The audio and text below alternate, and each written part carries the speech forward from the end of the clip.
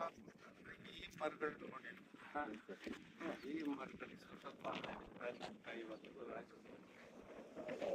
ಇದೆಲ್ಲ ಹೊಸ ತೋಟ, ಇವೆಲ್ಲ ಅಡಿಕೆ ಪಡಿಕೆ ಎಲ್ಲ ಅಡಿಕೆ 25 ಅಡಿಕೆ ಗಿಡ. ಆಮೇಲೆ ಮೊದಲೆಲ್ಲ ಬೋರ್ವೆಲ್ ಕೆರೆಯಿಂದ ಸ್ವಲ್ಪ ಪಂಪ್ಸೆಟ್ ಬೋರ್ವೆಲ್ ಹಾಕ್ಬಿಟ್ಟು ಆಮೇಲೆ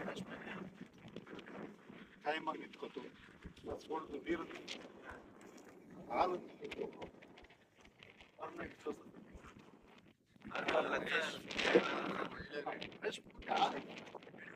ಜೀವನ ಹಾಲು ಕೇಳೋದು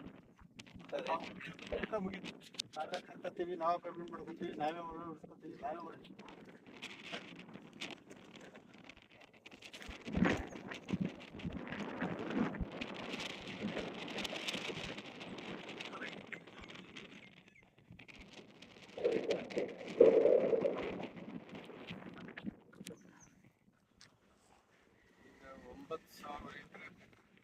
ಈಗ ನಾವು ಸರ್ ಈ ಕಡೆ ಕಮ್ಮಿ, ಈ ಭಾಗ ಜಾಸ್ತಿ. ಏನ್ ಕಾಣುತ್ತೆ ನೋಡಿ ಸರ್, ಈಚೆಗೆ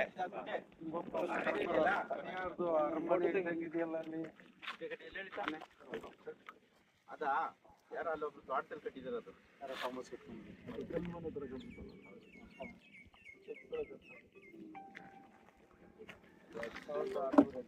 ಹಲೋ ಅಂದ್ರೆ ಎಲ್ಲ ಊರ್ದು ಸೇರ್ಕೊಳ್ತದೆ ಜೊತೆ, ಎಲ್ಲ ಊರುಗಳು ಗೋಂಬಳಗಳು ಇದ್ದಾವೆ. ಹೆಚ್ಚು ಕಡಿಮೆ ಈ ತೆಂಗಿನ ತೋಟದಿಂದ ಈ ಕಡೆಗೆ ಜಾಸ್ತಿ ನೋಟಿಫಿಕೇಶನ್ ಏರಿಯಾ, ಈ ತೋಟದಿಂದ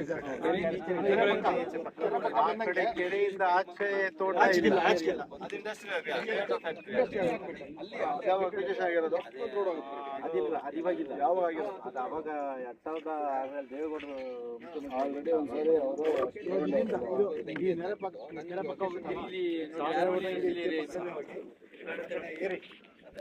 ಹಾಕಿ ಆ ಕಡೆ ಮೋಡಿ ಇದು ಮಾಡಿದ್ರಲ್ಲ ಬ್ರಿಡ್ಜಿಂದ ದಾಡ್ದಂಗೆ ಆ ಕಡೆ ಕೊಟ್ಟಂಗೆ ಆ ಬೆಟ್ಟದ ತಪ್ಪಲು ಕಾಣುತ್ತಲ್ಲ ಸರ್, ಗೊತ್ತಾಯ್ತಾ?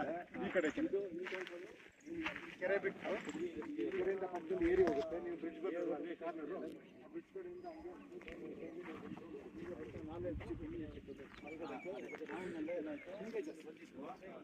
ನೋಡಿ ಅದು ಆರೋಳಿ ಇಂಡಸ್ಟ್ರಿಯಲ್ ಏರಿಯಾ, ಅದು BJR ಸಿಂಧ್ಯಾ ಅವರು ಇದ್ರಲ್ಲ ಅವಾಗ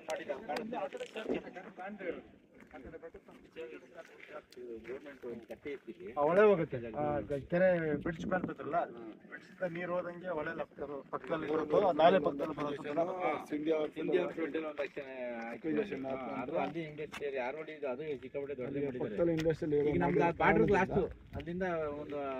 ನಿಮ್ಮ ಪಕ್ಕದಲ್ಲಿ ಇಂಡಸ್ಟ್ರಿಯಲ್ ಆಗಿದ್ದ ಕಾರಣದಿಂದ ನಮ್ಮ ಜಮೀನುಗಳು ಬೇಗ ಬೀಳ್ತಿದೆ ಅನ್ನೋದು ಅರ್ಥ. ಹೌದು, ಅದೇನೆ ಇದೇ ಹಾರೋಳಿ ನೋಡಿ, ಕಾಣುತ್ತಲ್ಲ ಅದೇ ಹಾರೋಳಿ.